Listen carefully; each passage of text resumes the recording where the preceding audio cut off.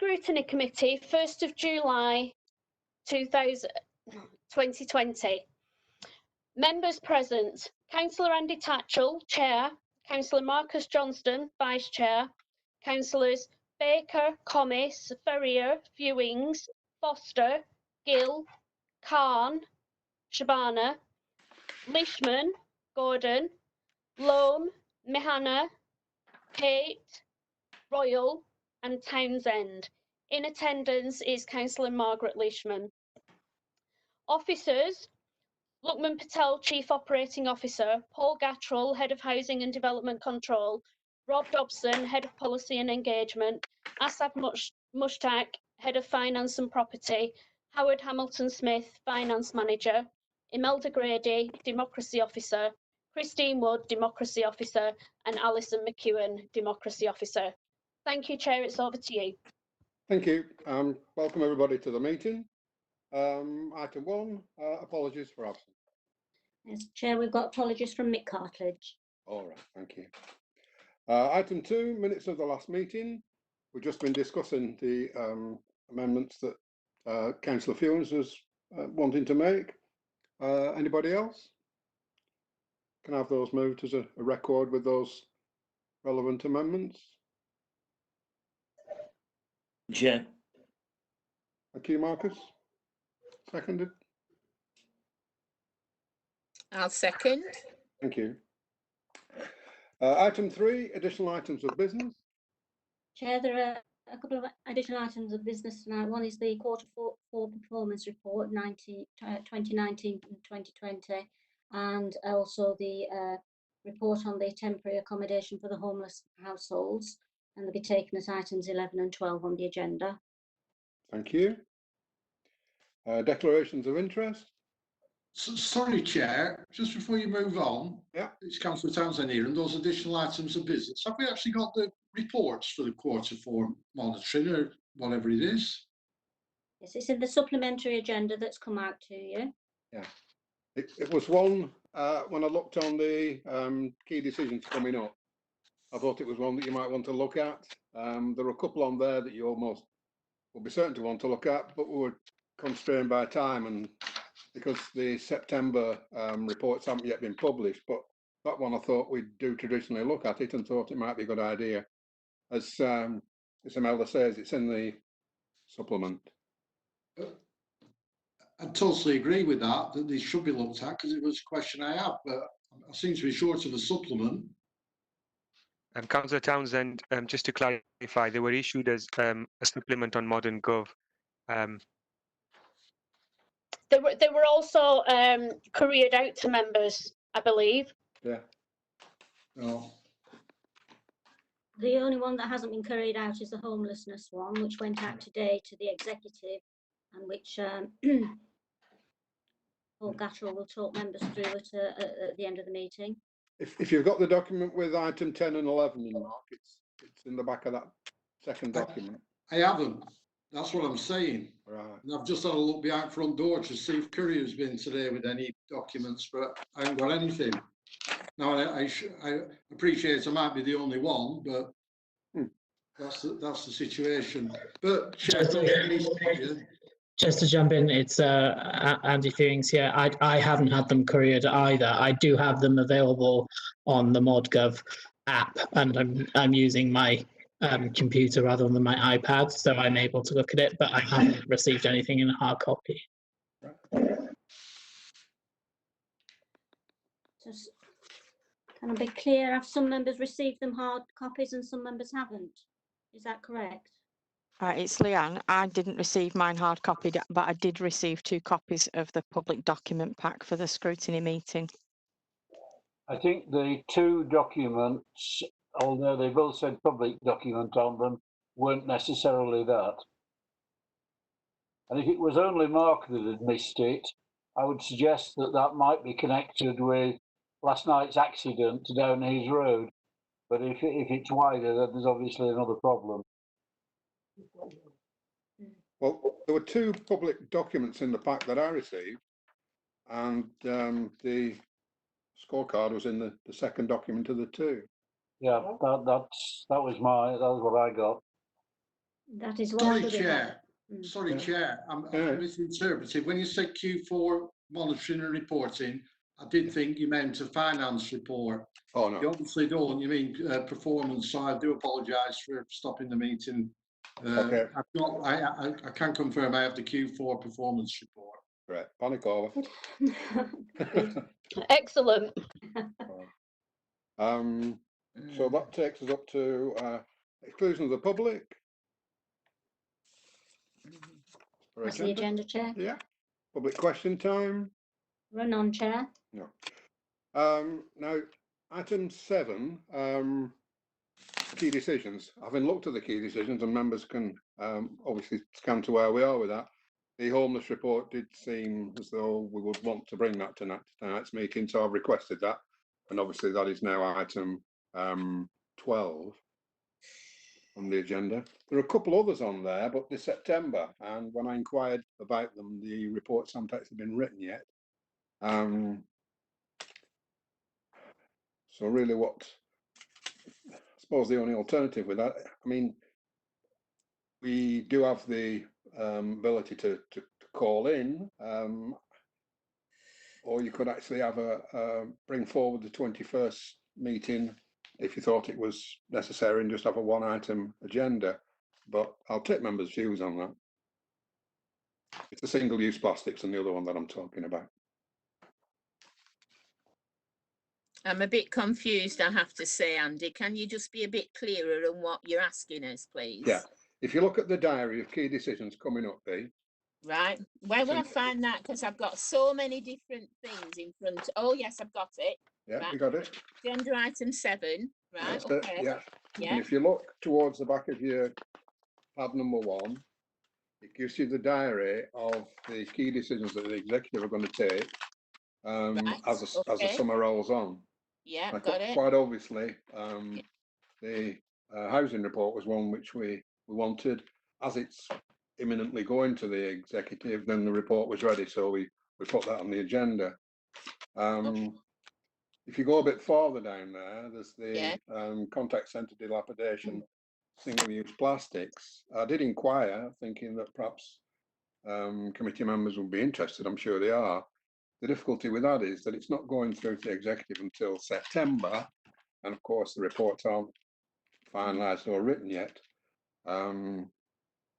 Chair, I can say that the scrutiny meeting is on the 21st. I know it's only the day before the executive, but your comments on those reports could be taken through to the executive on the 22nd. Oh, well, let's do that.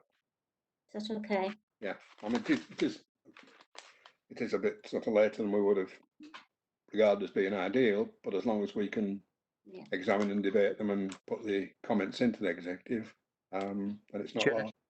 Chair, if I may, just on the contact centre dilapidations, whilst we've got it on the notice of key decisions for September, it might not be ready there. It's one which is currently being discussed with the landlord, and that's why it's commercially sensitive at the moment. So I wouldn't hold your breath on September, but if it is ready, I'll arrange for scrutiny beforehand. Okay, thanks very much. Apologies again, Andy, because I thought I was following you. And I'm on that back page 15, but I can't see anything under about the plastics on the work programme. Where should I be able to find that? That's It's not on there. Yeah, it's on there. Actually on page 12 of your agenda. Page 12 on my agenda. Right, okay. Page 12.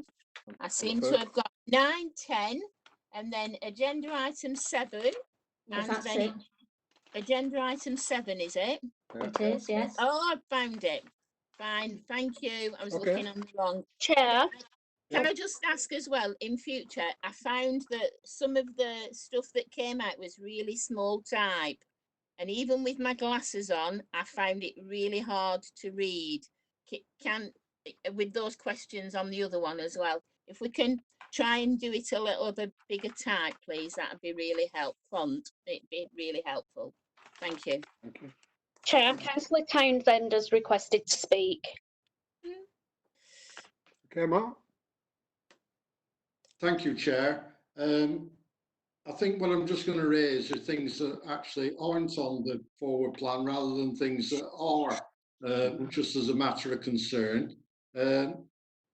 Finances are extremely concerning. I've read the report that's going to the next executive, actually, that came out yesterday with the £3.4 million deficit.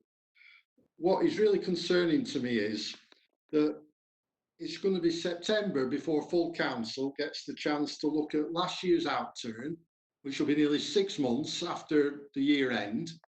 And I'm assuming that we'll get the Q1 monitoring report for finance at that full council.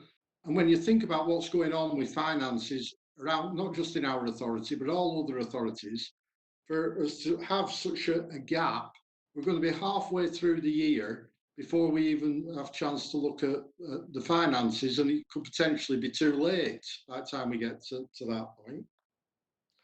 And the other thing is, and I know Councillor Lishman is listening in, I won't just mind knowing if, because I know some councils are considering an emergency budget to try and mitigate some of the impacts of what's going on.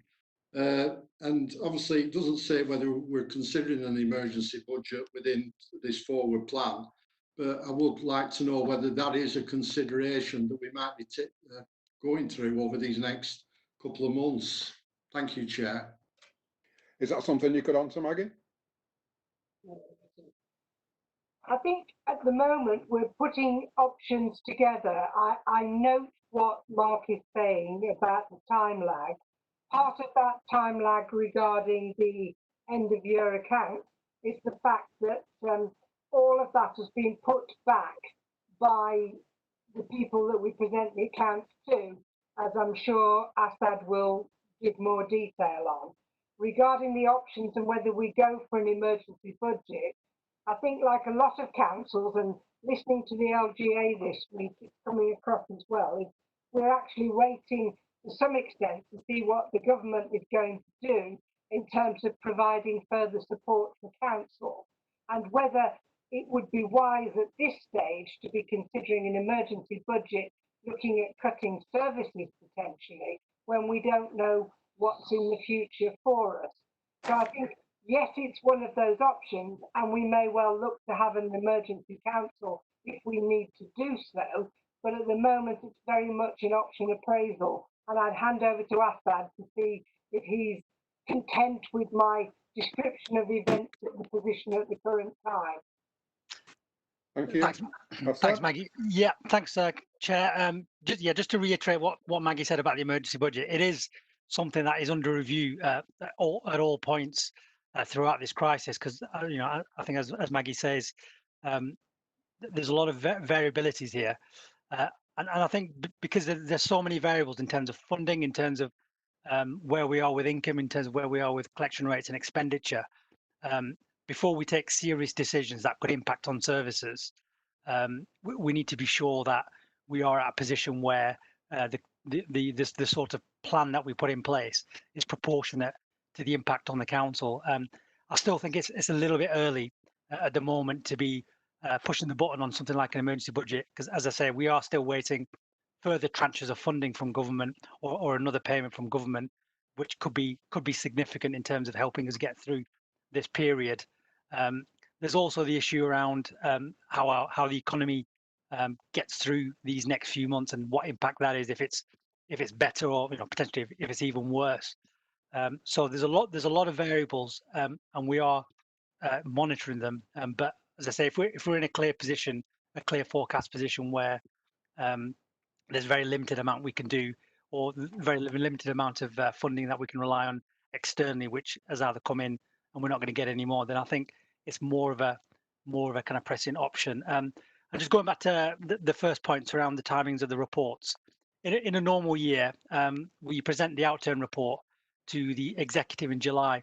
Now, the outturn is a result of close down of our accounts, and so once we close our accounts and we hand it over for audit, we then present that as part of the impact of that as part of the outturn report in July's exec, and then that goes through to the full council meeting later that month.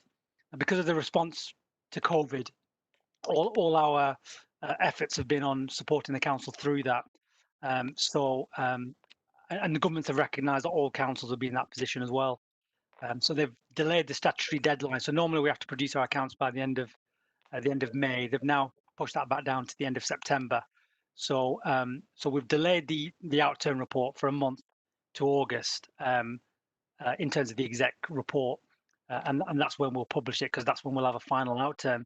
But just to be rest assured, we are monitoring all aspects of spending income and keeping an eye on that, just in terms of the forecast, and they are changing on a regular basis based on the situation on the ground and the funding environment generally.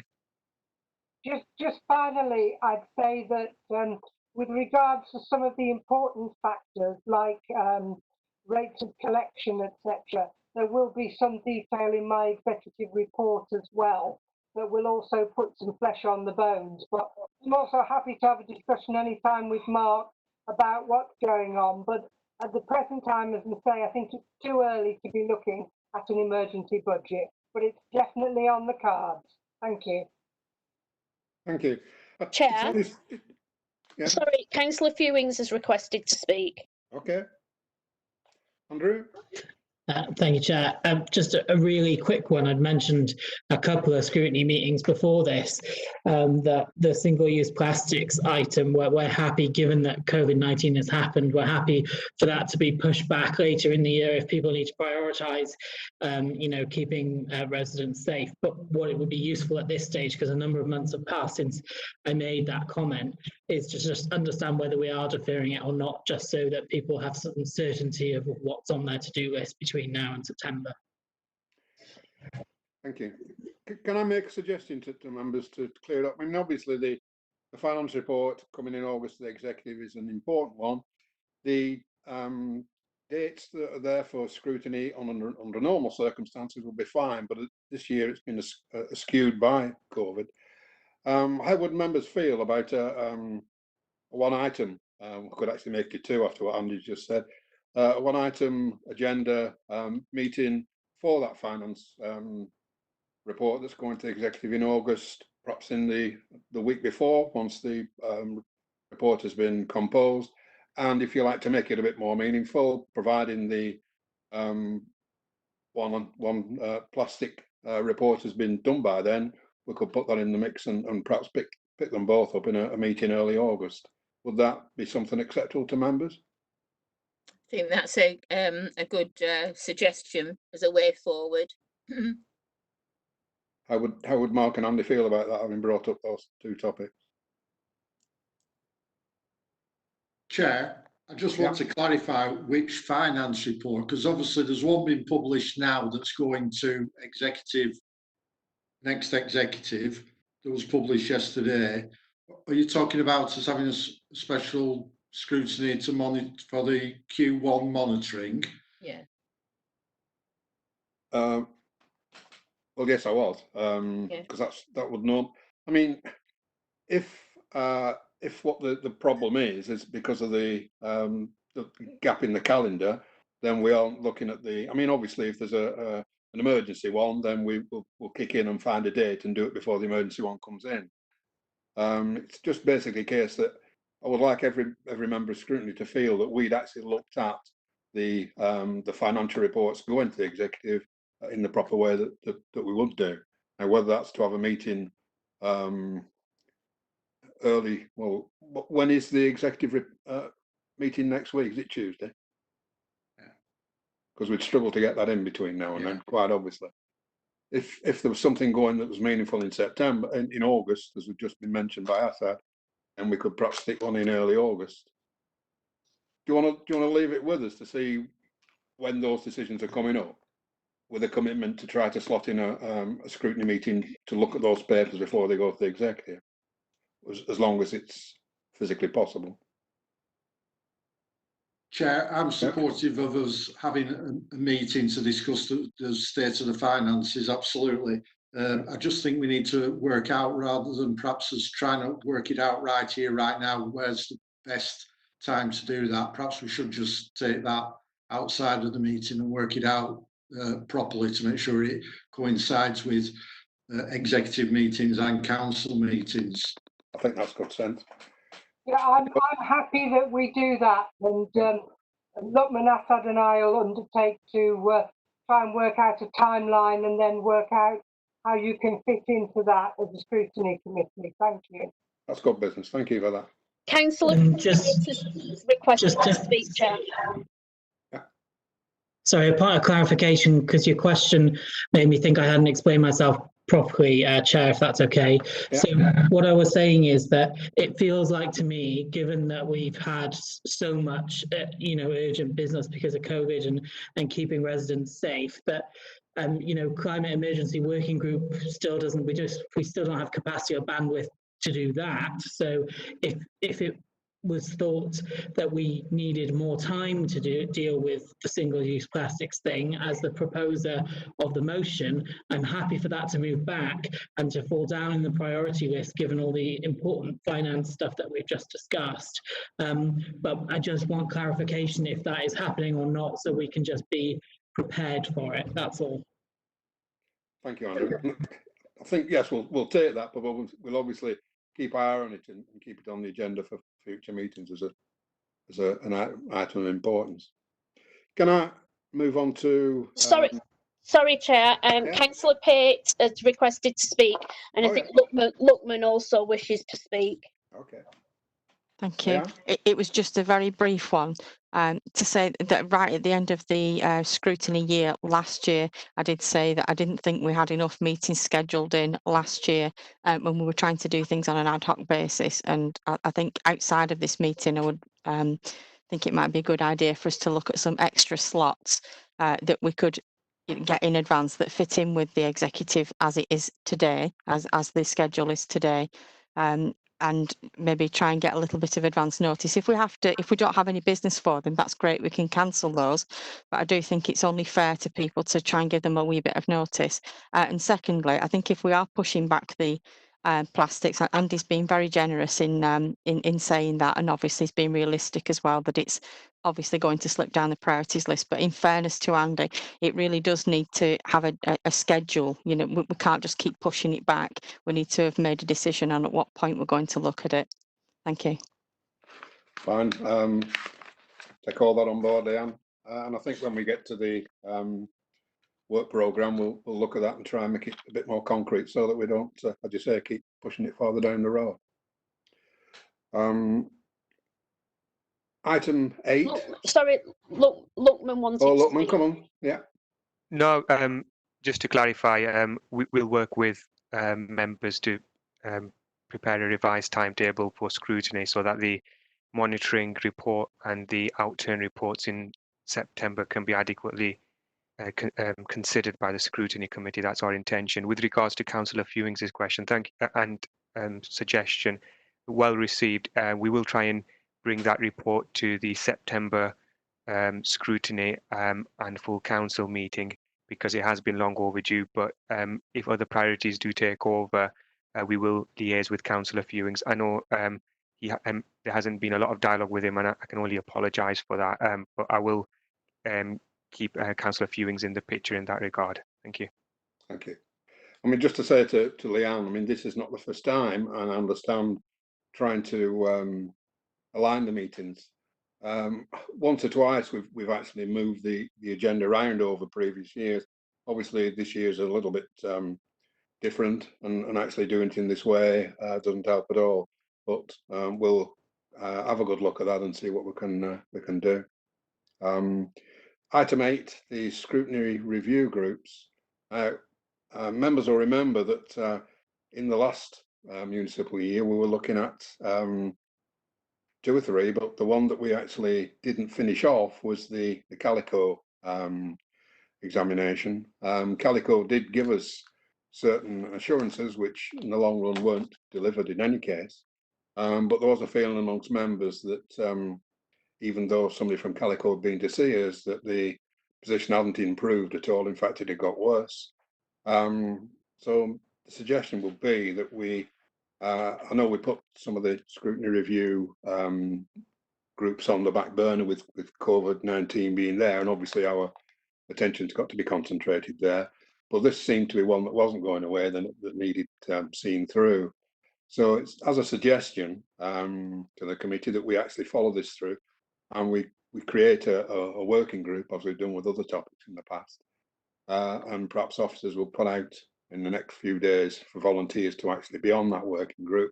I've seen some fairly horrific photographs in the last week of things that are going on, and I do think we need to get stuck into this one.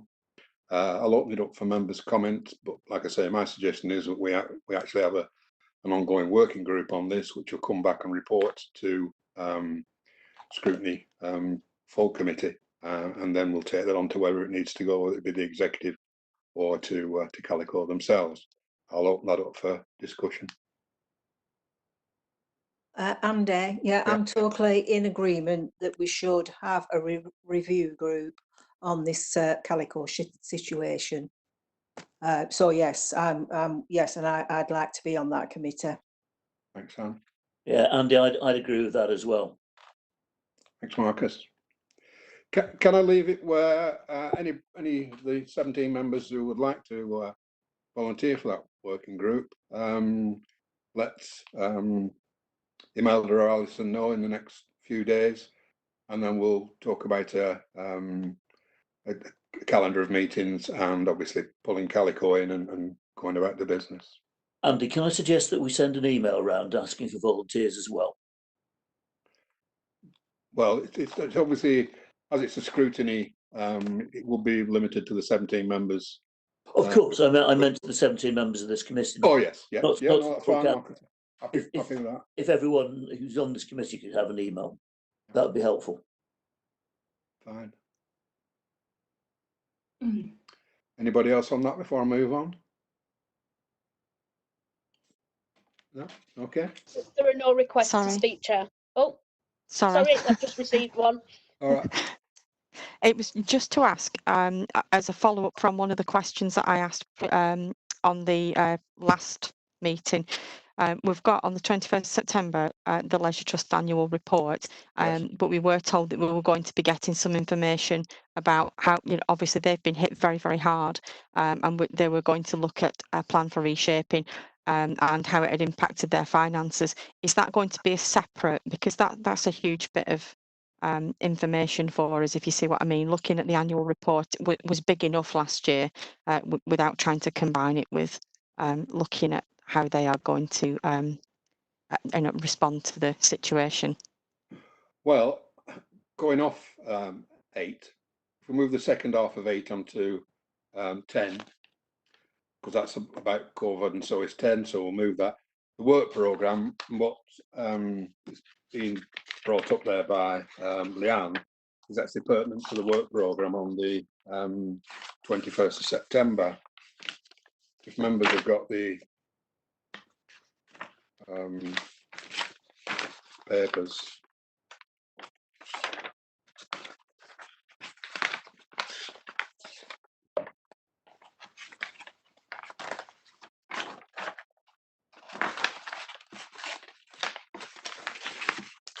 For the 21st of September, we've got 4 items, one of which is the Leisure Trust annual report. But it's only notes of key decisions and private meetings. The review groups, well, possibly we may well have a report back from the Calico group then, and the work programme. So you've got a fair amount of leeway on that. Are you basically saying that you worry that the Leisure Trust annual report and the Leisure Trust finances is going to be too big? Because, like I say, looking at that Monday 21st of September agenda, it's not as packed as sometimes they are. I mean, if you look at the one on December, that's absolutely even.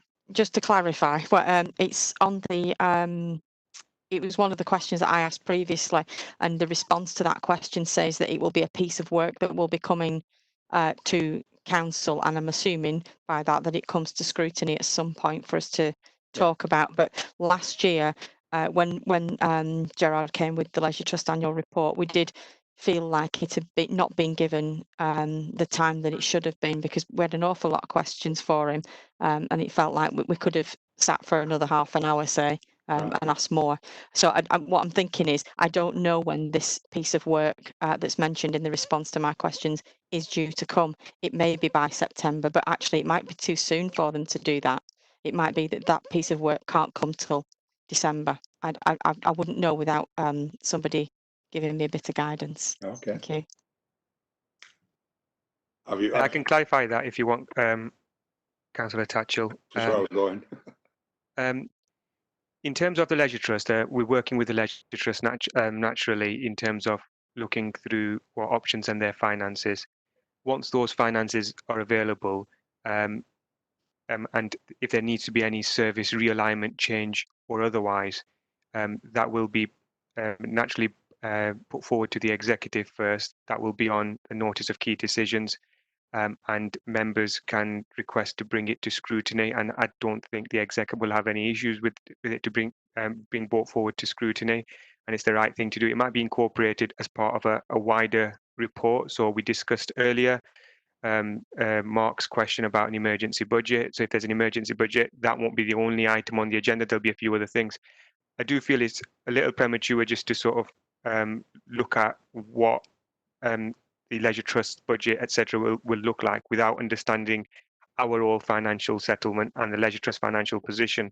So I understand it's probably not the answer that Councillor Pate or others want, but at the moment, with it being a very uncertain time, I think members have already shown that they're agile in terms of arranging meetings, and we'll probably have to work on that basis. So I can't promise dates, but what I can assure you is that it will be in the usual manner, will be on the forward plan, and it's for members and officers to work together that it gets the appropriate scrutiny, and both members and officers will work closely overall in that regard. I hope that alleviates some of the concerns from Councillor Pate. Happy with that assurance? Yeah. I very much agree with Luqman there. It isn't something that I think can be brought forward so quickly. I think September is actually a very short amount of time away, and lots of things can change between now and then. We're not even fully open yet, so asking them what they're going to do next year is a tough call, really. Thank you. And as the December one is always chock-a-block, it might actually need a supplementary meeting, but rather than preempt that, we'll wait and see what Luqman comes back with. Okay. So moving on to item 10.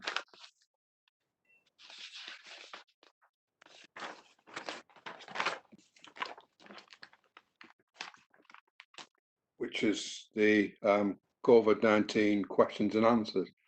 Now,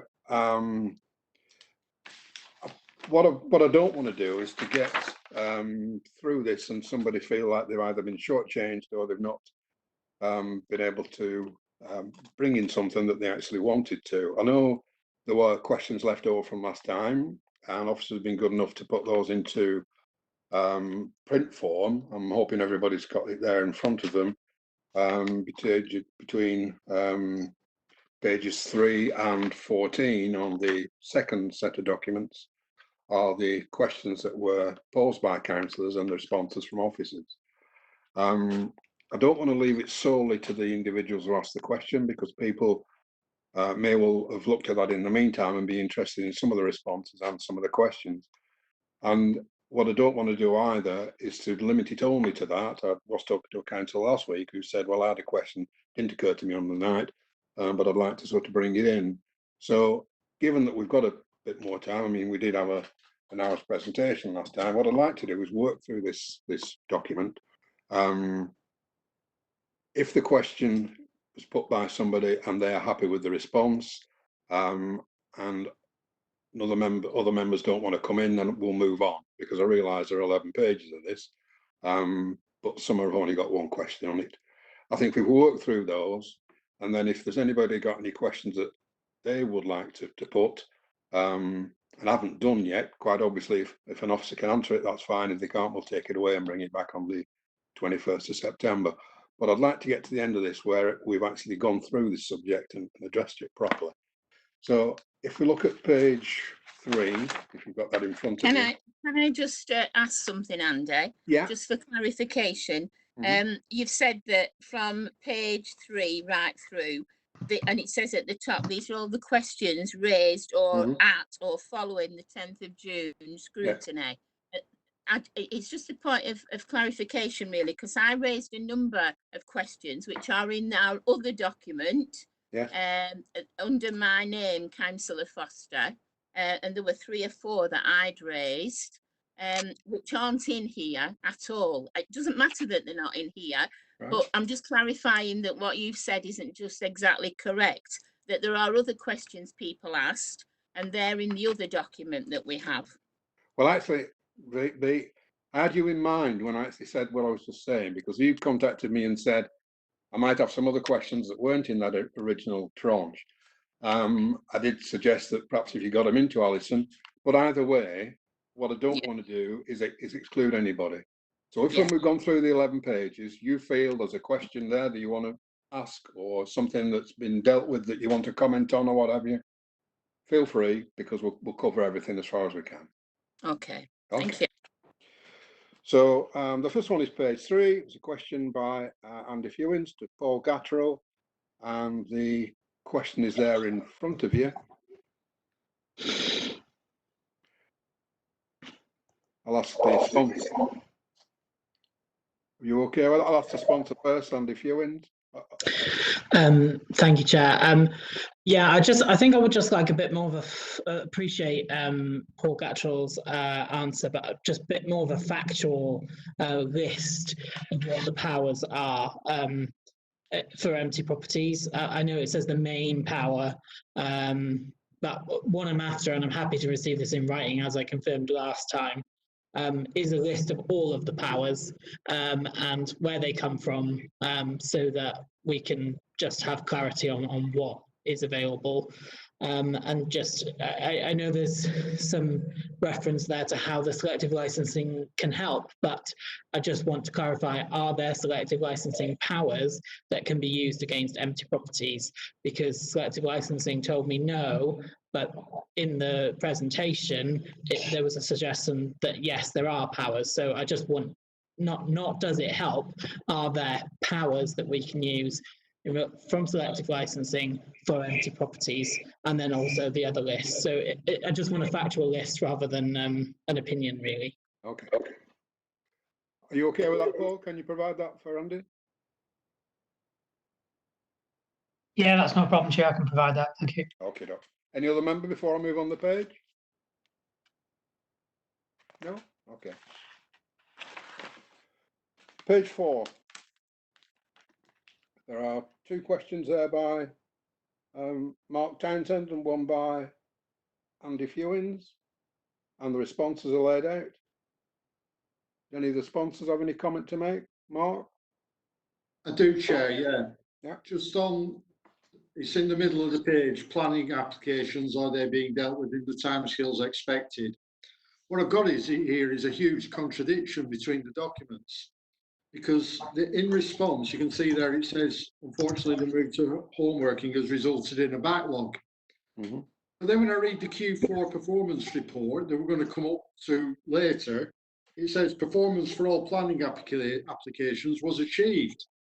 Now, I don't know what's going on, because I know at the top of the page it also mentions that we're short of resources.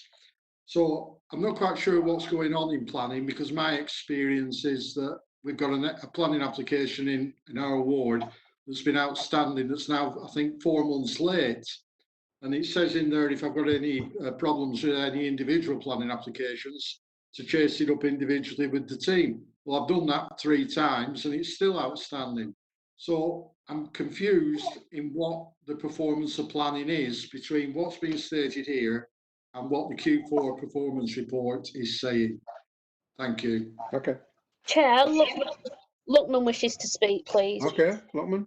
Just by way of clarification, Rob and Paul will be able to add some meat on the bones here, but I presume what Councillor Townsend's referring to is Q4, which ended at the end of March, and I presume that this relates to Q1 of this year, and that's why there's a difference between Q4 of last year and Q1 of this year. So the answers on the scrutiny replies relate to Q1 this year, post-COVID, and the Q4 is for until the end of March. Am I correct on that, Rob and Paul? Just on the performance report, which we'll come to later on the agenda, Yes. yes, that's absolutely correct. It's the Q4 report. I don't yet have the data from the planning team on Q1 performance, but Paul may be able to give an early indication. Yes, that is correct. Yeah, so the quarter four performance, it met the sort of targets, but yeah, what we've actually found is during the sort of lockdown and the change to home working, we have actually got a backlog. That's some of the explanation for maybe some applications that members might be becoming aware of. But I think, as we sort of said, yeah, if there is a very specific application that members have an issue with, and the one that Councillor Townsend has just mentioned, I'd be perfectly happy for you to come to me with that, Councillor Townsend, and I will look into that for you. Thank you. Okay, thanks for that. Just to reply to that one there, that particular application, that was something that I'd followed up on, and it was something that was in the pipeline at Christmas and is still outstanding now. I did receive a written reply back, and that was why my previous question, which I didn't need further answering, was relating to that 6 months. Thank you. Thank you. The last one on that page is under viewings, but it's actually takes all of page 5. Chair, Councillor Gordon Fishman has got a comment on one of those questions from page 4. Okay. Gordon? Well, it was in fact the one you just noted, which was Andy Hewing's question in relation to broadly structural change. Well, shall we let Andy lead on it if he's got something to say? Yes, of course. Bring you in straight away. Yeah, that's fine. Thank you, Chair. I'll be quick because it's a very detailed response there from the officer. I think the main thing that I would say is that, you know, there's references there to the council lobbying government to support the industry, and this is exactly what I was saying we shouldn't be doing. We should be lobbying government to support the employees of that industry. So just a point there that obviously the aviation sector is going to take, 3 to 5 years is a very optimistic estimate of them coming back, given the way things are going with obviously climate emergency and reducing carbon emissions. So I really am quite concerned that we still seem to be putting all our eggs in this one basket, and I think the residents really deserve a lot better than that. And then the one reference there to the LEP, who obviously it would be interesting to hear from whoever in this council actually is able to input into that organisation. But they seem to be supporting diversification into the nuclear sector. I assume that's a reference to nuclear energy rather than nuclear weapons. And the nuclear industry is on its knees because it can't compete with renewable energy in terms of cost. I mean, Hinkley Point C is still, who knows when that is going to become operational, and it will cost the taxpayer over £90 per megawatt hour, whereas onshore wind is at £40 per megawatt hour. So please don't diversify into an industry that is going to follow the aerospace industry down the pan. Let's look at much more innovative and future-looking industries.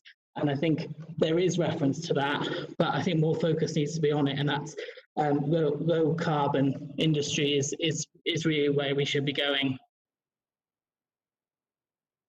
Did you want to come in? Yeah, in fact, I'd strongly agree with everything that Andy had just said, and was going to say similar. The point I would emphasise in addition is that Burnley has done well out of previous structural change in the economy, going right back to 1910, but also in 1940 and 1960. And we've done well by having an economy which is not exactly the same as the surrounding areas. In particular, the move into and support for engineering in Burnley, and particularly high-end engineering, has been to a significantly greater extent than in other local economies. And we did well because we actually had a Burnley-based approach rather than subsuming Burnley into a wider Lancashire or East Lancashire. approach. I mean, the big example of that was the 1940s when the then town clerk brought very large scale engineering industry into Burnley by going out and looking for it. And I think it's important that we have a distinctive Burnley approach rather than one that is subsumed into the LEP or indeed into other groupings. Thank you, Gordon. Anybody else before I move on? No? Okay. Page 6, 2 there from Mark. Are you happy with the responses, Mark? I just want to make one comment, Chair, on the top question and the 1, 2, 3, 4th response down. It's obviously disappointing again that Paddy and flood defences appear to have taken a knock, and there's been a full slippage of the whole 4 months that we've had COVID. It doesn't appear that any work's taken place since we last had an update on flood defences, because the programme seems to have slipped from spring to late summer 2020, which I'm sure the people of Padiham will find extremely disappointing. Thank you. Thank you, Mark. I don't want to get started on this one. I was told in February of 2017 that the Padiham flood defences were an emergency. It's a good job it is an emergency. It's 3 years later and they're still talking about it. Agreed. And on the final question on there, Chair, I accept the answer as it's written. It basically appears that we're just waiting to see what happens, the way you can read it, rather than, we're just waiting for disaster to happen and then we'll react to the disaster, rather than having some things in place for when it does occur. So the answer's there, but I don't think it's a proactive enough response that I would have expected from the council. And I hope that that can be taken on board over these next days and weeks to make sure that we're in a place to react positively to whatever's coming down the pipes. Thank you. Thank you. Anybody like to respond to that?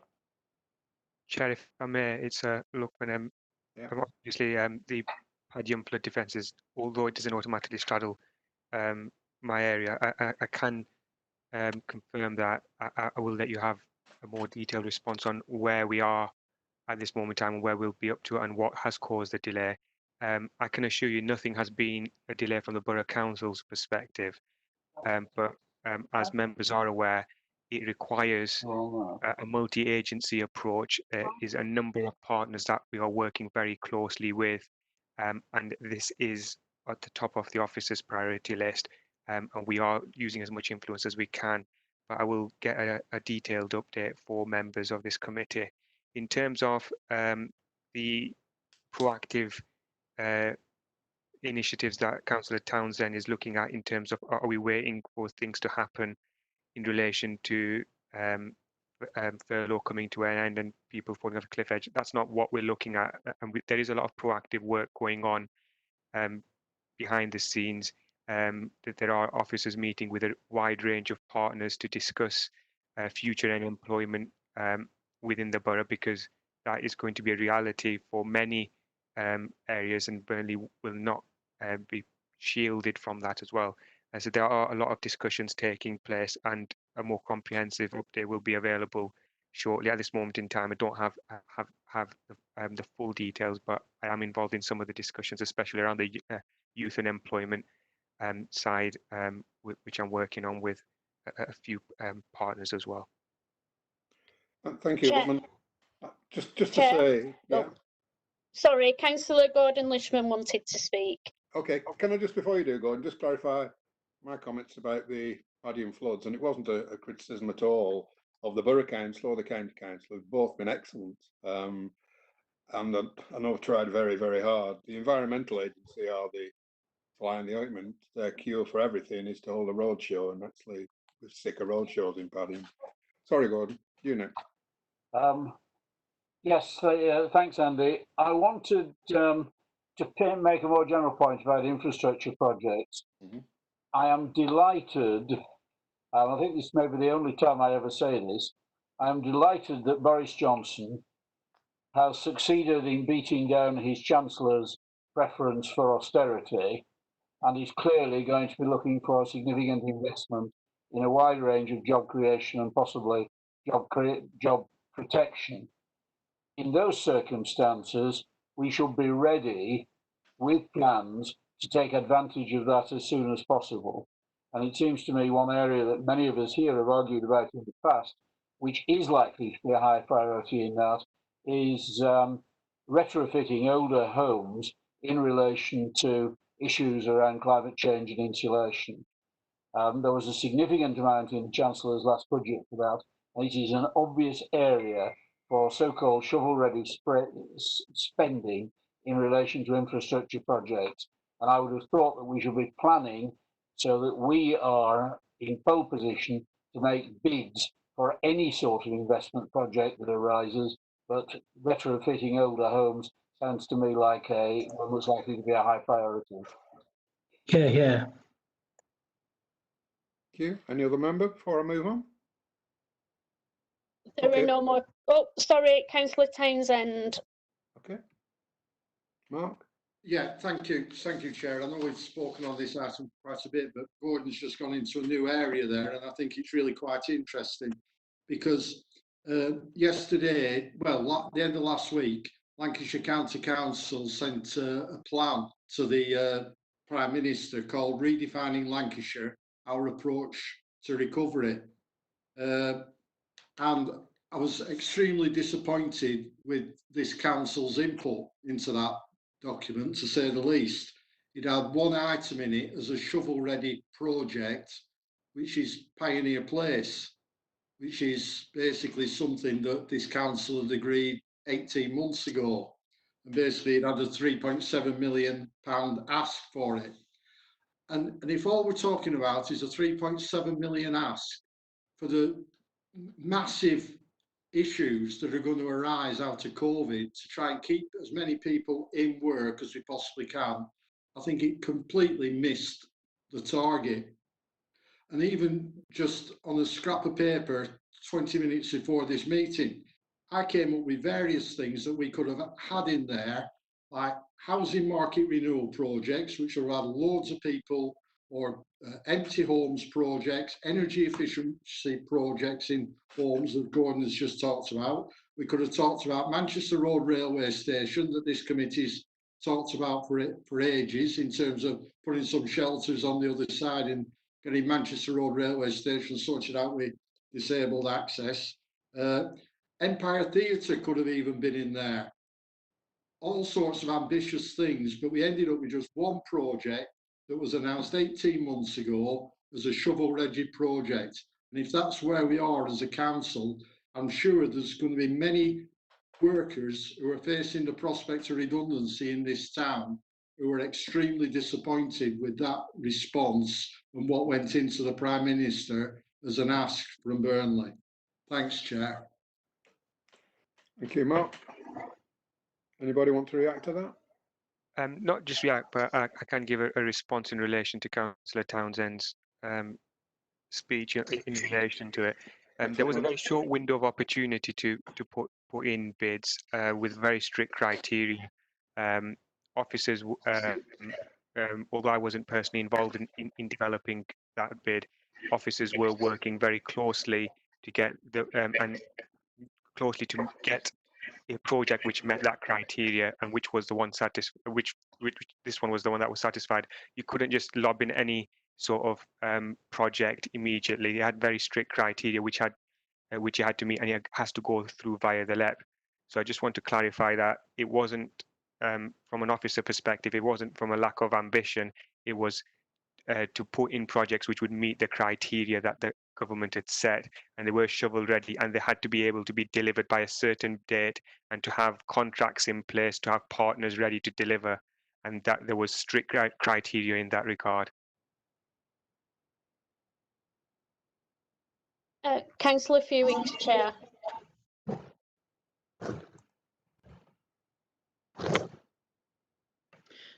Thank you. I basically wanted to echo a lot of what Councillor Townsend had said there. You know, I think it's really important that we are being ambitious as a town and not just looking at projects that have been on the books for decades. I previously raised on this specific point about Pioneer Place with COVID-19. Do we need to reconsider that project?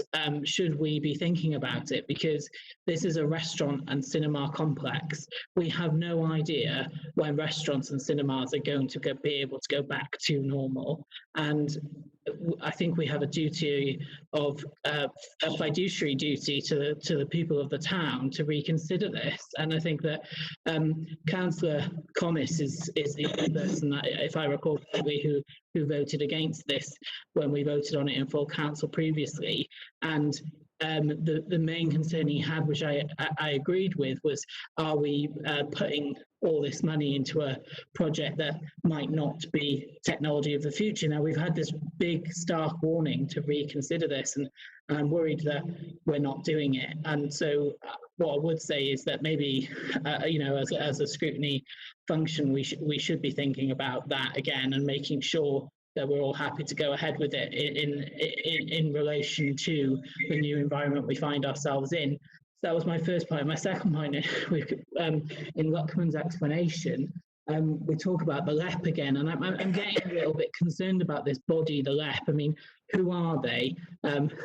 Where's the transparency and democracy involved in the decisions that they're making? Who from this council is speaking on our behalf? We need to be able to influence the LEP, and I just don't feel like I've got any visibility on how we do that and how we hold them to account, frankly. Thank you, Andrew. I mean, just for information, I mean, for a number of years when I was deputy leader of the council, I used to go to LEP, and it was an incredibly productive body as far as Burnley was concerned. I think I can see Mark Townsend on. He said, I know Mark actually was on the LEP following me. Do you want to come in there, Mark? I mean, whether it's fallen into disrepair is anybody's guess, because I've not been involved with it for years, but it always used to be very good for us.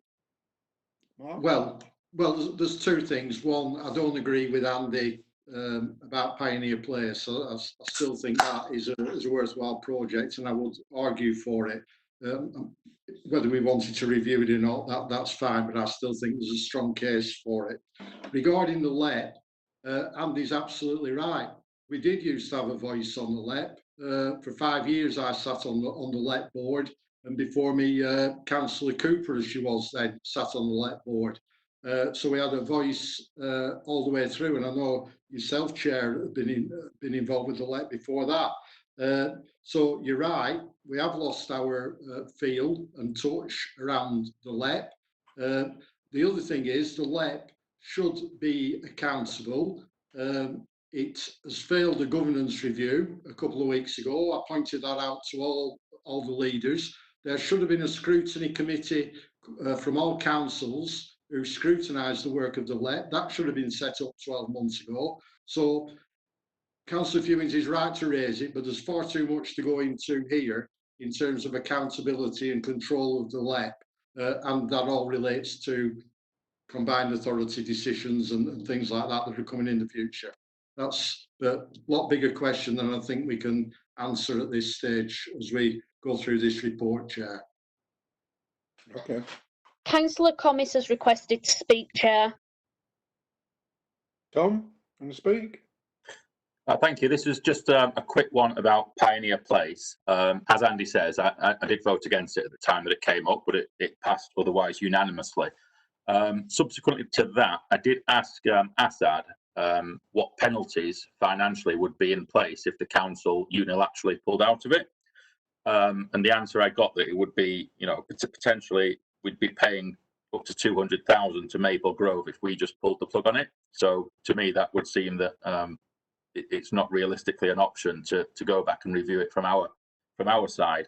Obviously, if the project didn't go ahead because some other of the criteria that were set out when we voted on it weren't met, such as finding a tenant for the existing site, then those fees wouldn't be payable. And my way of looking at it is it's going to be very difficult to fulfil all the criteria anyway. So I wouldn't be very surprised if this project got put on hold anyway. But I don't see that we can unilaterally pull out of it. Okay, thank you. 1 minute, those comments. Going on to page 7 now. That's another one of Mark's. The question on finances. Yeah, just one thing on this, Chair, because I know Councillor Fewings was extremely interested as well in how much money we've had from government. So there's lots of big numbers there that add up to 41.8 million.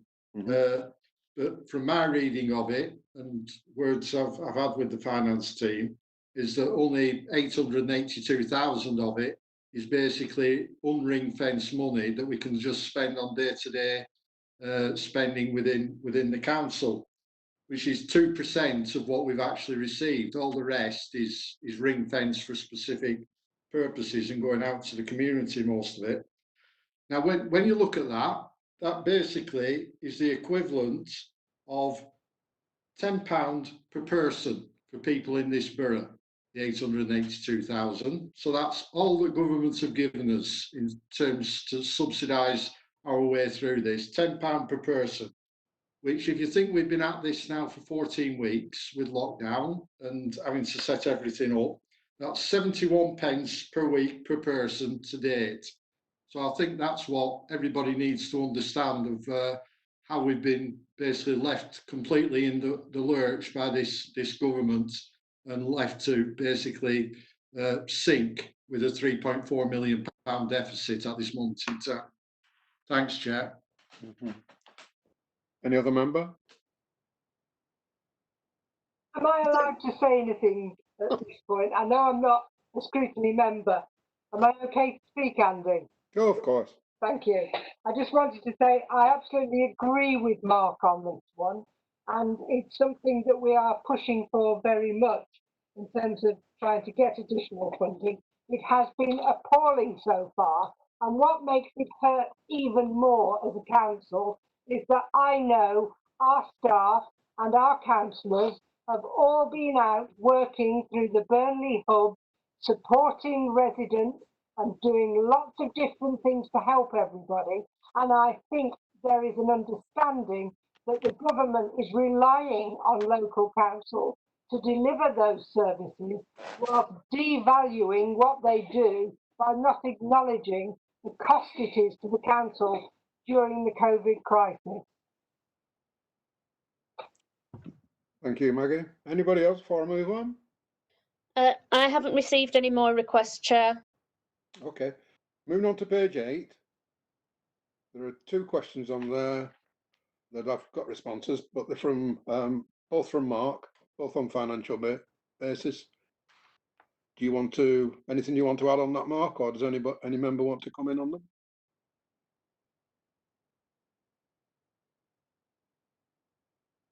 Take that as a no. Yeah. Yes, sorry, Chair. Yeah. Nothing to add. Thank you. Okay. Right. Page 9 starts with a question from Leanne. Right, the Leisure Trust, is it? Yes, thank you. Possibly I've had this answered now. I was. It says on it about what you will be receiving that sort of in due course. I was only going to ask for a rough estimate of how long that might be, whether we're talking 3 months or maybe 6 months before they've got a bit of an idea. That was all on that question, though. Thank you. That was almost like deja vu. As you were saying it, I'm thinking I've read this before somewhere. Where is it in my mind? Of course, there's the question. Yeah, Andrew, you've got a question on there. Yeah. Trust as well. Yeah, thank you, Chair. So I did have that written response there. I don't agree with the majority of the response. So firstly, it says there is sufficient open space at Townley and in Burnley's other parts for social distancing. I'm sorry to disagree with Boris Johnson, but I don't think we're ready to get rid of this lockdown. I think that it's going to be a big mistake and we'll regret it very quickly. I think that a lot of people want to continue with proper social distancing, and the parks have been very busy. it has been quite difficult at times, especially lunch hours and on weekends, to go to a park without feeling like, you know, there is a lot of people there and that it would be better if we had some more open space. So I think the golf course would have been a prime example of where the Leisure Trust could have worked with the council and in the interest of the well-being and the health and safety of residents of Burnley, and opened it up so that people could walk around. There's a comment there about there being a well-used footpath. Well, that's the problem. I don't want to be putting more people into a well-used space. The point of social distancing is to spread out and not make people stick to a path. So I do think that we've missed an opportunity there with the golf club. We should have opened it up and we should have allowed people to socially distance there. And I think that there's an ongoing requirement to provide amenity space. You know, we're building a lot of houses on our green space, and I think really that reserving such a large area for a niche sport like that it is unhelpful during this time, at least in the short term. Thank you, Andy. Speaking as a 70-year-old diabetic, I also have concerns about social distancing as well. Any other member on that? No? Okay. No. Leanne, you... No? Yes, please. So this question was around the over this sort of the digital strategy. Oh, yeah. And to be honest, it's really starting to grind my gears that I don't get an answer on it. I think there's very, very much a big confusion around what is an IT strategy and what is a digital strategy. And the response that I have had many times is around the digital strategy of the council being part of Liberator's overall IT strategy. Well, it's actually the opposite way around. And I do feel that this council has no input in driving what is a digital strategy for the future for the council. It's all driven by Liberator. And it does feel like we're missing a trick here. It's not for them to dictate, and I have asked for at least the last 2 years that we do something about this and we take some guidance on it. There are many other councils doing good works on it, but still I haven't had an answer to any part of that. Not what the long term is looking like, but neither what the short term is looking like either. So in the short term, what are we relying on for residents? What are we as councillors telling residents is the connectivity of choice? Are we telling people that they should be ringing? Are we telling people it's digital first, or is it digital by default? We're not getting that information back, and I'm quite disappointed that I don't know how many times I've asked this question, but I never get a proper response on it. Thank you, Chair. Okay. Any other member before I pass it to officers? No, Chair, there are no other members. Okay. Would somebody like to come back on that? Luckman or Rob? Yes, please, Chair. It's Rob. Thank you. I agree with Councillor Pate that there is some confusion, but I think the confusion arises from the name of the document, which has previously been shared with Councillor Pate.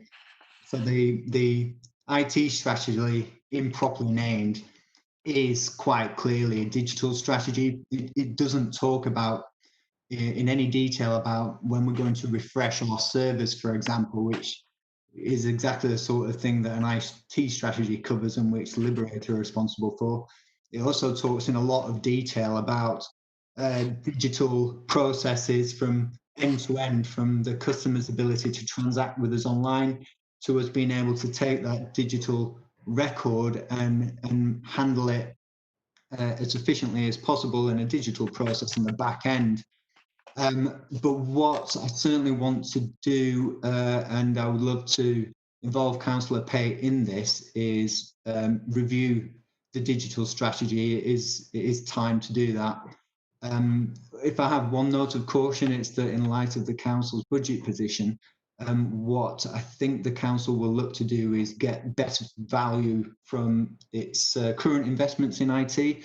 Some of those have been significant and some of them have plenty of scope for us to go at to get even better end-to-end services for residents and officers and back office. So I certainly welcome Councillor Pate's input into that. Thanks, Chair. Thank you, Rob. Can I just clarify, end-to-end services, this is an IT strategy. Digital strategy is about how the council as a body wants to interact with its people, and that's what you establish first. You don't establish, well, that's too expensive to do that. You decide how it is that you want to communicate with your people, and then you work on, you know, the back package for that. So if it's that you want people to chat with a bot, then you have them chatting with the bot, but you don't necessarily say, well, it has to be this particular bot. If the bot doesn't work, then maybe you have to look at something else. But it's all the little bits, and it feels like there's no overarching part to it. And I would suggest that at the last peer review that I was part of, we did discuss the lack of digital strategy with in my meeting. And I feel that never got properly aired afterwards because of the change in positions. But I would like to suggest that if we are going to do something to refresh or reshape a digital strategy, that we try and involve Good Things Foundation, who have done Salford councils, and they have such a good reputation for the work that they have done over there. So I would like to think that we could bring some exemplars in to show us how it's done. Thank you. Thank you, Leanne. You lost me at bot. The next question is on page 10. That's by Leanne. That's about pest control during the COVID crisis.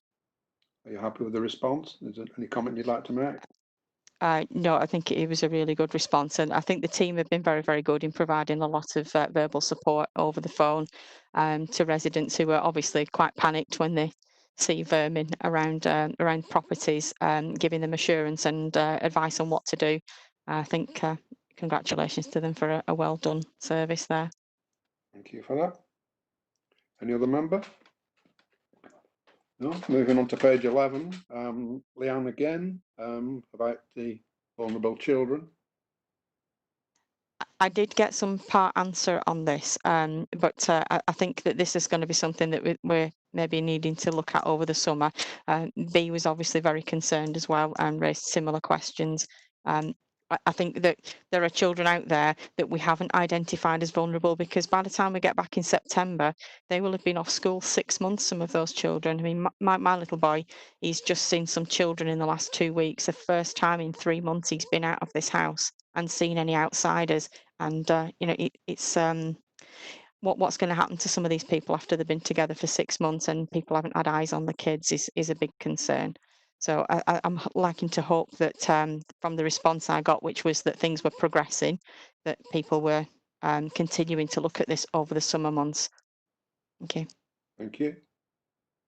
The next question, unless anybody wants to come in, was also Leanne's about the holiday provision. I was pleased to see in the answer that Burnley Leisure are going to play a part in that. Did you want to say anything on that, Leanne?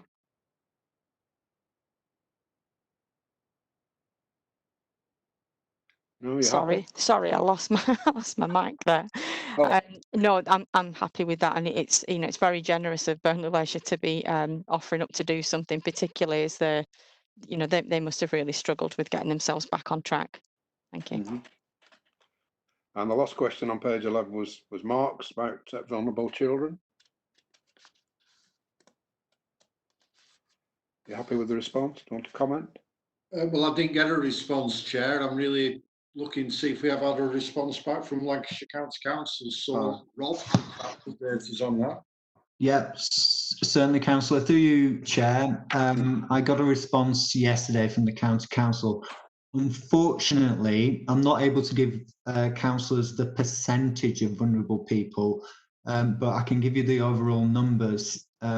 Now, again, this is just a snapshot because LCC tell me that the number of children in school went up and down, and there was a lot of variability between weeks.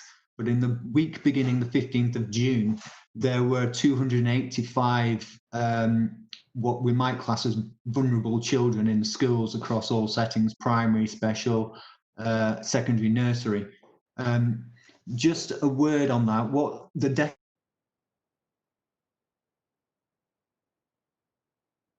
Oh, we appear to have lost Rob there.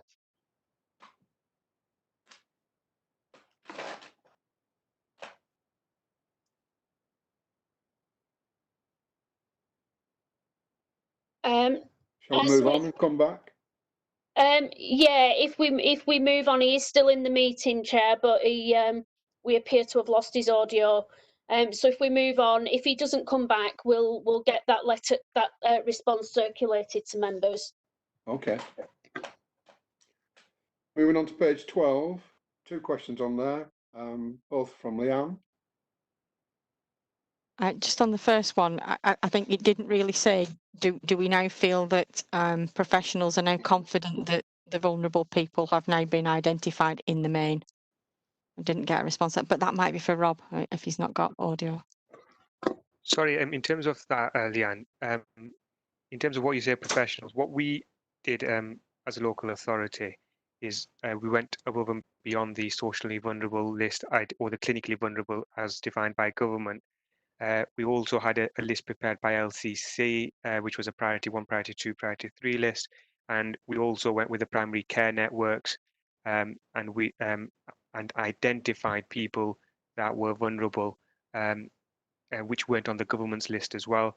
And in addition to that, we had another list, and that was a list of individuals who are on our assisted collections list. And so this is how we compiled a very comprehensive list. Whether or not we can get each and every single one, I can't answer that because you can imagine, well, but what we have done is we've tried our best to identify anybody who's in need of support as far as we can. And there is a question which was subsequently raised by Councillor Fewings, that do we do a leaflet drop within the borough? And that is also, Councillor Fewings has had an answer to that today. As part of the canvas, we are also going to include a leaflet to everybody within the borough as well. Thank you. Thank you. I think that the reason why I asked the question was particularly the length of time that it took to for some of those people to get shielding letters. It was there were still some shielding letters coming out from my doctor's surgery in that week that we had scrutiny meeting last. So all those people that were just getting them that week have been wandering around and doing their own thing all that time, haven't they? That was the reason why. I don't know of the specific event, but in terms of the information we had to hand, we acted upon it immediately, as you can probably see from the, I think group leaders were given update reports. We acted on it immediately. We worked very closely with the health sector, and I do feel that the 2 primary care network directors were very proactive in providing us with the list, and whenever they provided us with the information, we did act on it. In addition to that, as well, the government did and the doctors did add people to the list, and as and when they were added, they were contacted for support.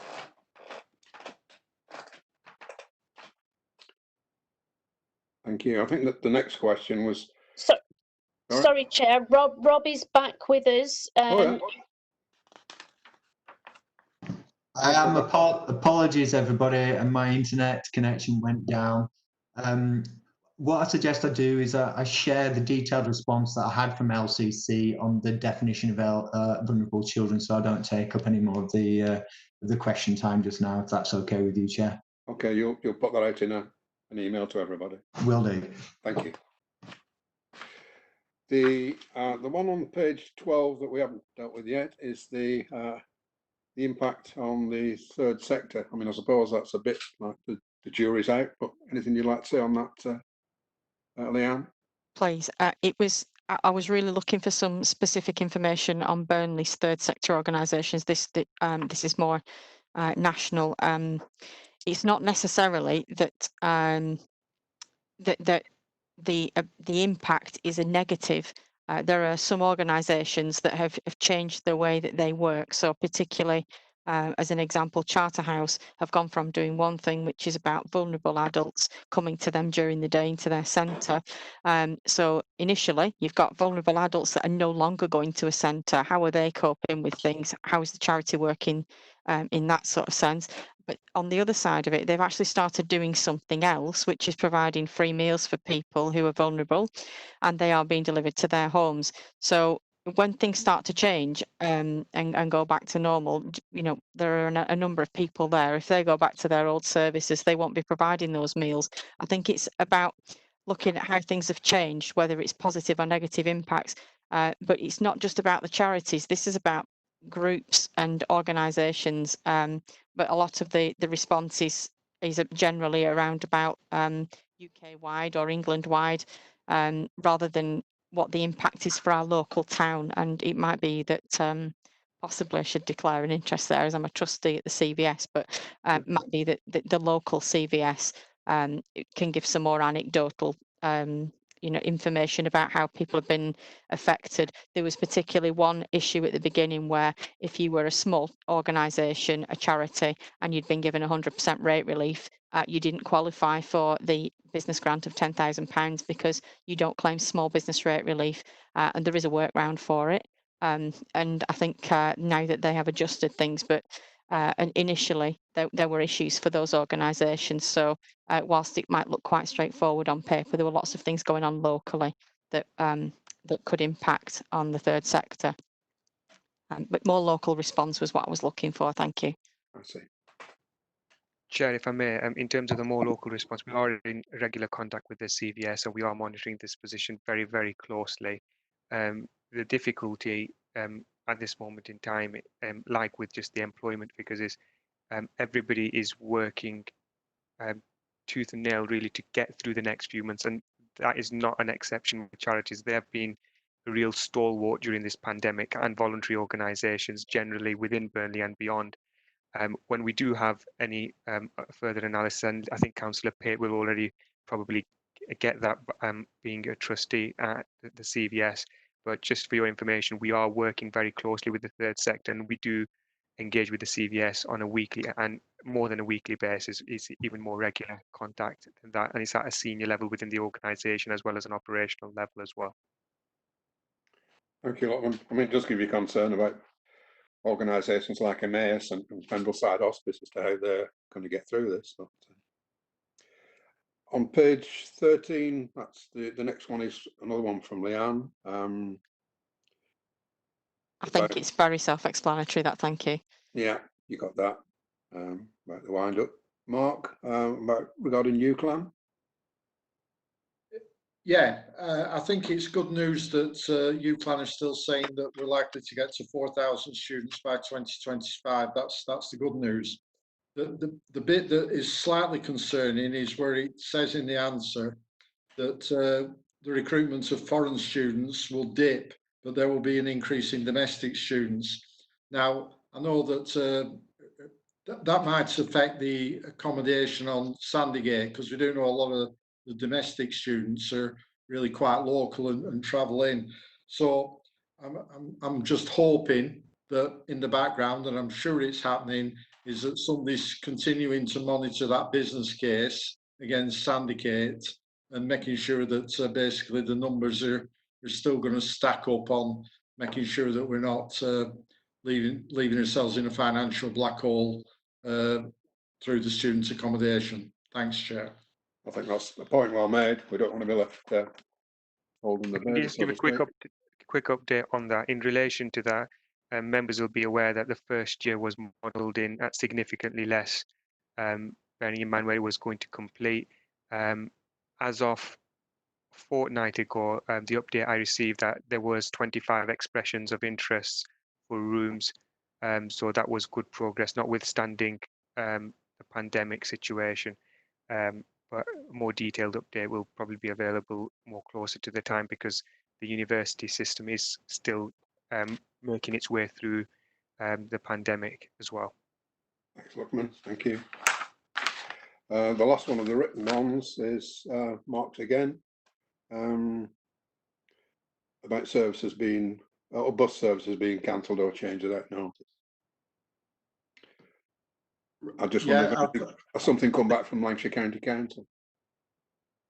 Well, I haven't seen anything personally, Chair. So again, I think it's perhaps if Rob can fill us in. We're awaiting the response, Mark. Is one which we've chased. We've not got a response in yet from the County Council yet.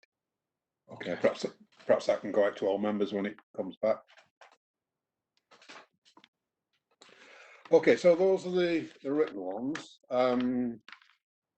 I am cognizant that there are one or two perhaps that Did B, you have some that you wanted to put in front of officers? Or does everybody feel that they've had all the questions that the Chair, I think she's just left the room there. All right. I know she contacted me to say she Well, wanted to. she's just back in the room now, Chair. All right. Did you know that, kid, that I'd gone, Imelda? Go on. I can't see myself, you see. You must be able to see everybody. Oh, I didn't realise I should have put my video on to get you. If people can just go back, a lot of my questions have been answered by other questions that Mark and Leanne had asked. But if we can go back to the minutes on page 5, well, in the other booklet, yeah, I'm looking at the minutes on page 8 and my questions that I'd asked last time. Yes. Yeah, is that all right? Yeah, bottom of page 8, yeah. That's fine. That's great. Okay. So regarding the performance, I know we're coming to the homeless now. That's what moved on and we'll be coming to that in a minute. There is a concern that while evictions are not happening at the moment, there could be, and in the answer was given, also action would be taken in cases of illegal eviction on page 9 at the top in the answers. Yeah. I'm just wondering, have there been any, are we aware of any evictions yet being given? Has anybody been in touch with the homeless unit Paul? at all? Perhaps Paul can answer that. Yeah. Yeah, thank you, Chair. No, not that I'm aware of. No, I'm not aware that there's been any evictions. We have been working with the landlord sector, so if there have been any concerns or any problems that have arisen, then we have tried to sort of engage as closely as you can to try and prevent it. But no, I'm not aware that there's been any evictions or certainly illegal evictions. Thank you. Thank you. And then one of my other questions was regarding the performance and an analysis about things of hard to reach, the areas, the ages, the ethnic backgrounds, etc. And the officer did say that they would see if that information could have been captured. And I'm just wondering if there's any update on that, whether any that would be Rob. Have you anything on that, Rob?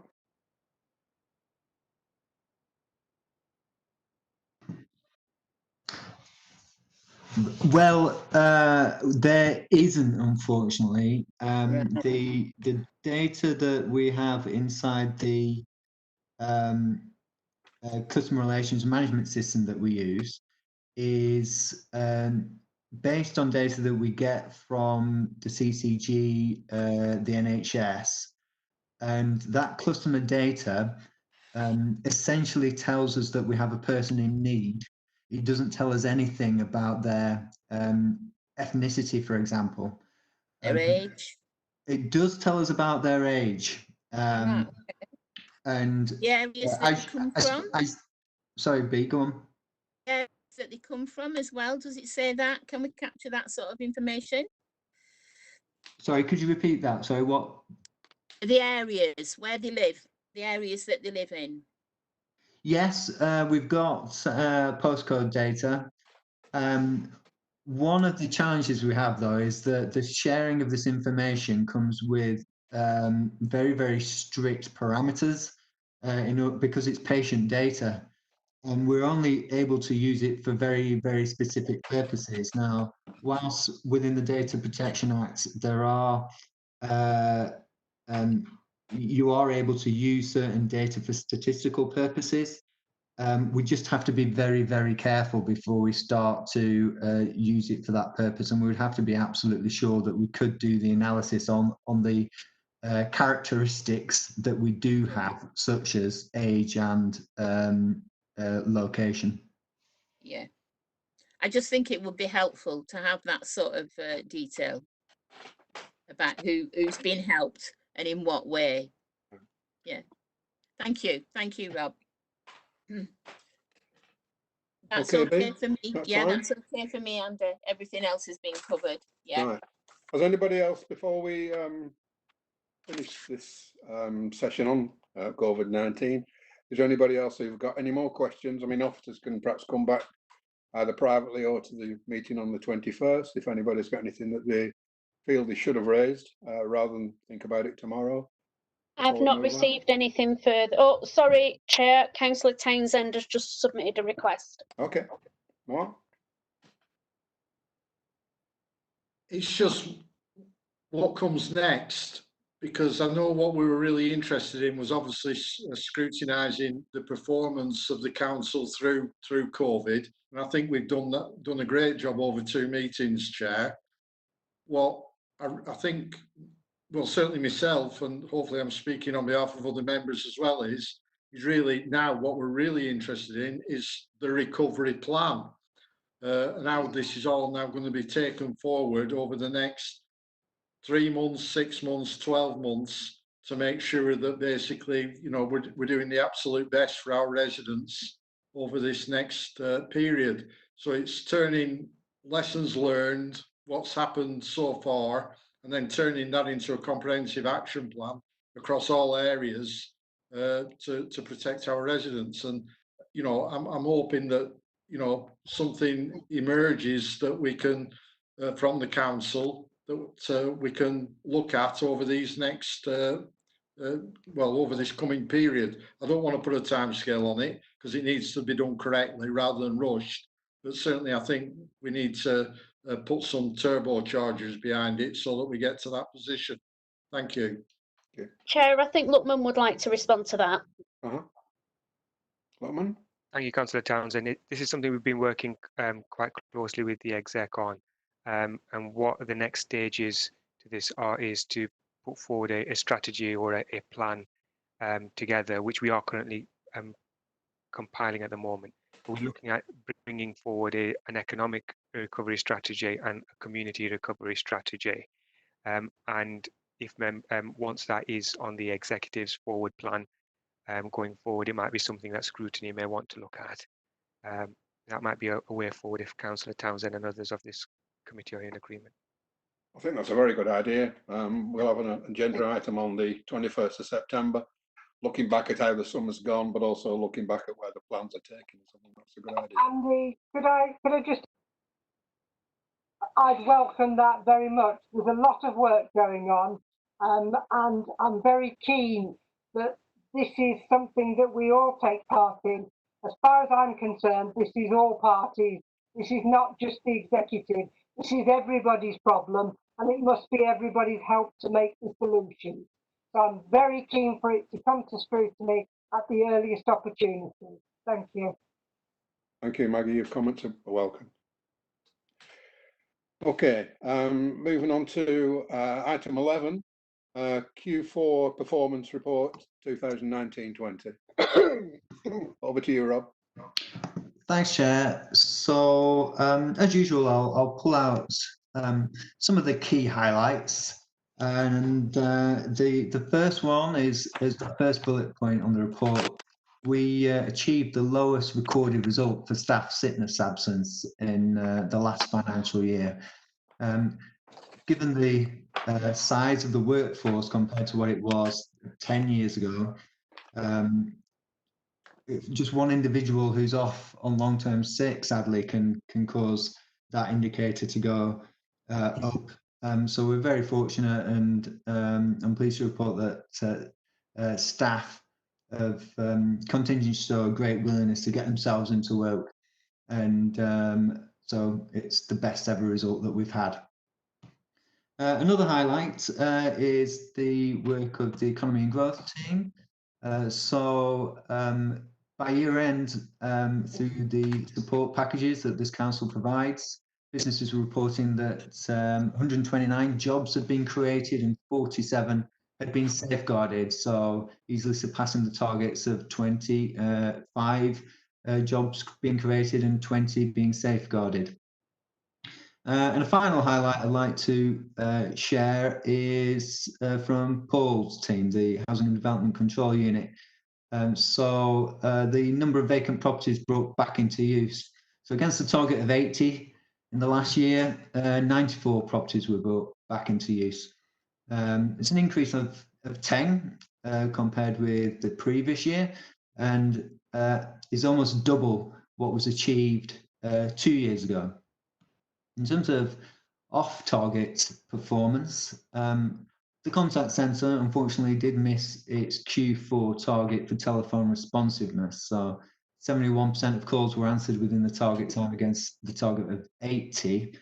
However, we can see quite clearly that that performance was connected to the COVID crisis, with self-isolation and need to get home working up and running as quickly as possible, really impacting on Liberator during March, because in January and February, the target was actually achieved. And we've found that in Q1 of the new financial year, the Liberator are back in target, which is an impressive result, given the need to quickly respond to the lockdown. The final page of the report picks up the council response to COVID-19, which has obviously been given a good airing, so I won't go over that.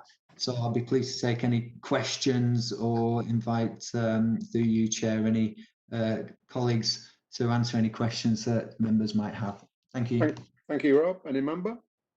Chair, we've got questions from Councillor Townsend and Councillor Fewings. Take them in that order. Thank you, Chair. It's not really a question, it's just a comment, really, regarding the average number of days per employee lost to sickness and absence. I'd just like to say well done to all our staff. I think that's a fantastic performance, and congratulations to every single one of them. I think what it represents is that, you know, we have although the workforce is a lot smaller than it was a few years ago, through tough decisions that all of us have had to make, it is a well-motivated and happy workforce, and that's what's reflected in these record absenteeism figures. So just like to put on record my thanks to all our staff for that performance. Thank you, Chair. Thank you, Mark. Andrew? Thank you, Chair. I'll echo Mark's thanks there. Obviously, that's a great stat. I also wanted to say thanks to Paul's team in relation to the empty properties, but I am also going to push for more. I know that an additional resource has been allocated, and I do think that you know, we really do need to keep that progress going. You know, it's great seeing the graph on page, I guess that's page 18. So yeah, more of that, please. But I had one comment that I feel like I've made before, and I don't think the officer was Rob at the time. So apologies because I have made it before. So I'm a little bit frustrated that this report's come back with the same information, really. So the best example I can give is in relation to the calls being answered. What I would really like to see is a much more qualitative assessment here. Have the queries been dealt with rather than the call just picked up? Because, you know, I do get quite a lot of residents saying that they've logged something and it hasn't been dealt with, and they come to me. So I would really like some sort of data on not just whether the phone was picked up within a certain time, but whether the resident's query was actually dealt with to their satisfaction. And I don't think this data is capturing that. Thank you, Andrew. Rob, do you want to respond to that? Yes, I'll certainly take that back and apologise that we've not been able to bring that qualitative data back to members. It is something that myself and Luckman have discussed with Councillor Lishman, and it's something that she's very keen to see also. And we've made the point to Liberator and asked them to look at that particular indicator and to bring some more qualitative data through to us. Obviously, we need to balance the benefit of collecting that data with the cost of doing so, but clearly it's a priority for members. So I'll apologise again and ensure that within this next reporting cycle, we'll get some data back to members. Just to add, in terms of what Rob's just said as well, when we had a discussion with Liberator in terms of when the contract was set up, this wasn't included within that. And if there is a substantial cost, which we were advised at the time, or there would have to be some sort of trade-off, either additional cost or trade-off in one of the other service performance indicators. and whether or not this would be something that members can live with. So it's not as easy as just asking for qualitative data, because it requires somebody to do it and spend time on it. So it's important that a fair balance is achieved, as Rob has identified. Okay, point well made. Any other member? I haven't received anything, Chair. No? Okay. Well, the recommendation is that the committee note this report. I think we seem to be happy with that. I'll move on to the last item of the night, which is Paul Gattrell, temporary accommodation for the homeless households. Paul? Yes, thank you, Chair. I'm obviously very conscious that members have only got late sight of this report and perhaps haven't had the opportunity to go through it in detail. So what I'll do, if that's okay, is just sort of hopefully summarise it, try and just draw out some of the main points, and then I'll hand back to the meeting chair. So the report is going to the executive next week on Tuesday. It's inviting the executive to approve a temporary accommodation scheme. So it will see the implementation of a new temporary accommodation scheme into Burnley. The context behind the report really is twofold. Firstly, it's there really as a response to the motion that was tabled at full council on the 26th of February, which was really sort of looking to tackle rough sleeping, and there was specific mention of a night shelter in that motion as well.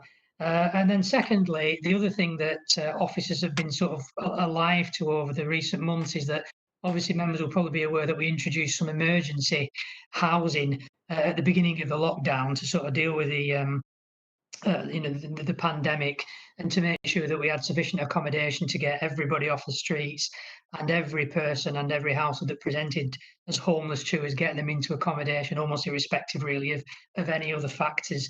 That has been successful, and we have got some properties on lease. But of course, there's a second phase to that, and the second phase to that really is about ensuring that once we come to a position where lockdown is eased even further, we still have the opportunity and the ability to support those individuals.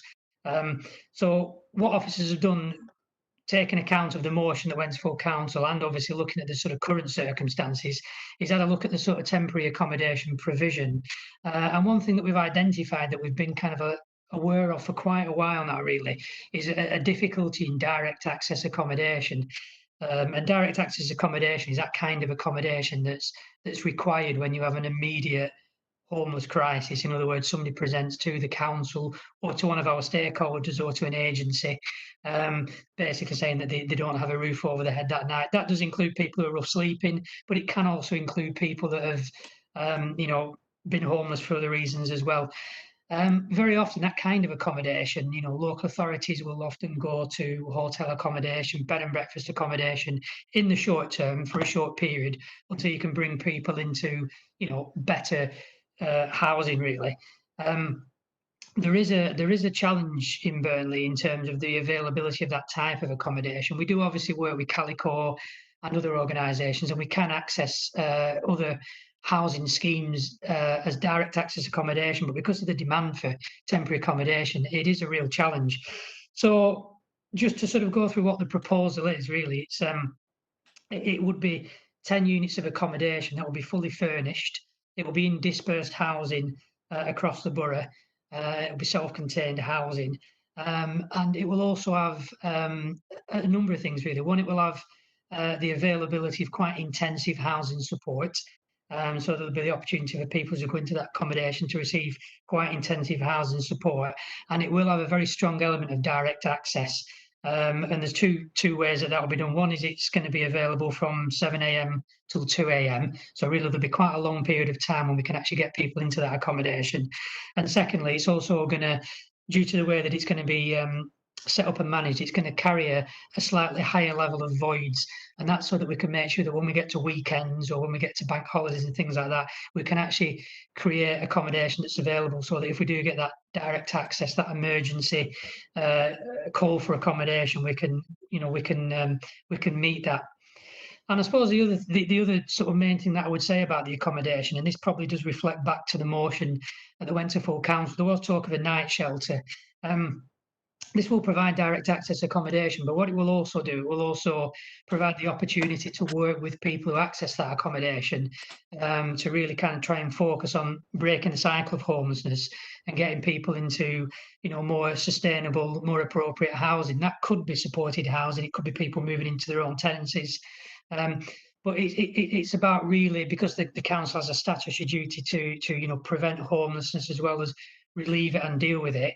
I think when we sort of bring anything in that's sort of you know, run by the council, that's put forward by the council, it does have to have a strong element really of preventing homelessness and reducing the risks of repeat homelessness. So it brings that aspect into it as well. So while I feel that it does meet the need for that direct access into accommodation, it will be an immediate response to, you know, the rough sleeping challenge, I also think that it kind of brings with it something that hopefully will then prevent and reduce rough sleeping and repeat homelessness going forward. I think that's probably enough of an overview at this stage, Chair. I'll hand back to the meeting if there's any questions. Sure there will be, Paul. Thanks very much for that. Any member? Councillor Pate, please, Chair. Leanne? Thank you. I just want to go back to the I understand that today where we are, there's been a lot of work gone on around bringing as many people in off the street as possible. And it can't be done in a way that the night shelter previously would have addressed. But in that budget, we did put aside £45,000 and the intention was for it to be spent on a particular type of accommodation. I'd just like to think that in the future, obviously, now we have to deal with today's problems and the way that today's problems are framed. But for the future, I think that I would like to think that there would be an amount ring fenced later should there be a further need for that type of accommodation, and that I would be seeking assurances from those that are making decisions around the money today, that would be available later. I have no idea how far in the future that would be, but I'm assuming that we would be talking about next year's budget rather than this year's budget. Secondly, on that 45,000, this is additional money that's been put in the way of the housing team to deal with the homelessness issue, and really we should be making this a point to the government that £45,000 has had to be additionally put in, and it's something that, you know, maybe it's a little bit innovative because they've been able to spend the money, but the government should be looking to reimburse councils for this type of activity when we've taken this money from elsewhere. Thank you. Couldn't agree more. Any other member? I think Luckman wished to respond, Chair. Thank you. Just in relation to both of Leanne's questions, I'm just trying to frantically find the minute from February's Budget Council meeting. But February's Budget Council meeting minute in terms of the amendment, I'm pretty sure it talked about eradicating rough sleeping in the borough and not necessarily for a night shelter. In terms of the amendment that was brought forward, but I'm just trying to find it. Hopefully, I will find it whilst I'm trying to answer Leanne's second point. The second point, I agree with Councillor Pate in relation to the amount of money that is required in terms of homelessness, and I think everybody does agree in that regard. The government have issued £105 million pledge towards that, and we're waiting for the further details of that to come. Once we get those details, we will be looking to get the requisite portion into Burnley to meet our homelessness needs. But though that criteria hasn't yet been identified yet, but as stated within Paul's report, that is something we are going to work on. I still haven't been able to find it. It was a very long Budget Council meeting, and the minutes are quite tight. But I'm confident from memory that it was to eradicate rough sleeping, and it wasn't there for a night shelter. But I do stand to be corrected if I have. So I've got that one incorrect. I'm nearly there. I think I might actually have it. To set aside 45,000. Yeah, to set aside £45,000 towards eliminating rough sleeping within the borough. One-off. Yeah, I think it was a one-off, £45,000 for that, but I think people were very clear on the night in which direction they wanted that money to be spent. I think there's already facilities within the borough for people to go into properties to be housed. I mean, I had a dealings at the weekend with somebody who needed accommodation. There were no HMOs available, and that person was offered the night shelter in Blackburn. So it's when we talk about eradicating rough sleeping, that person's response to that was, well, and I will go onto the streets. It's the type of accommodation. It may not be that it's particularly a night shelter, but HMOs are one type. I think if the gateway is full and that is the type of accommodation that somebody needs, which has on-site support and has somebody there to keep eyes on people, then that's the way that we need to provide more places in that type of accommodation. We specifically, we had a speaker on the night that spoke about night shelter, and we all talked about night shelter. I think we're quite clear on the type of accommodation that we were needing to fund that wasn't already part of the council's statutory duty to fund. Thank you. Chair, Councillor Margaret Lishman would like to speak. And I could say something as well, please. Yes. I'm happy for Bea to speak before me. She's on the committee and I'm not. Okay, Bea first and then Maggie. Okay, well, all it is, Paul, really, is that I don't think I've got that report, but because I sat on the working group for the homelessness, I presume it's not much different than the one we have. Is that right? Yeah, that's correct.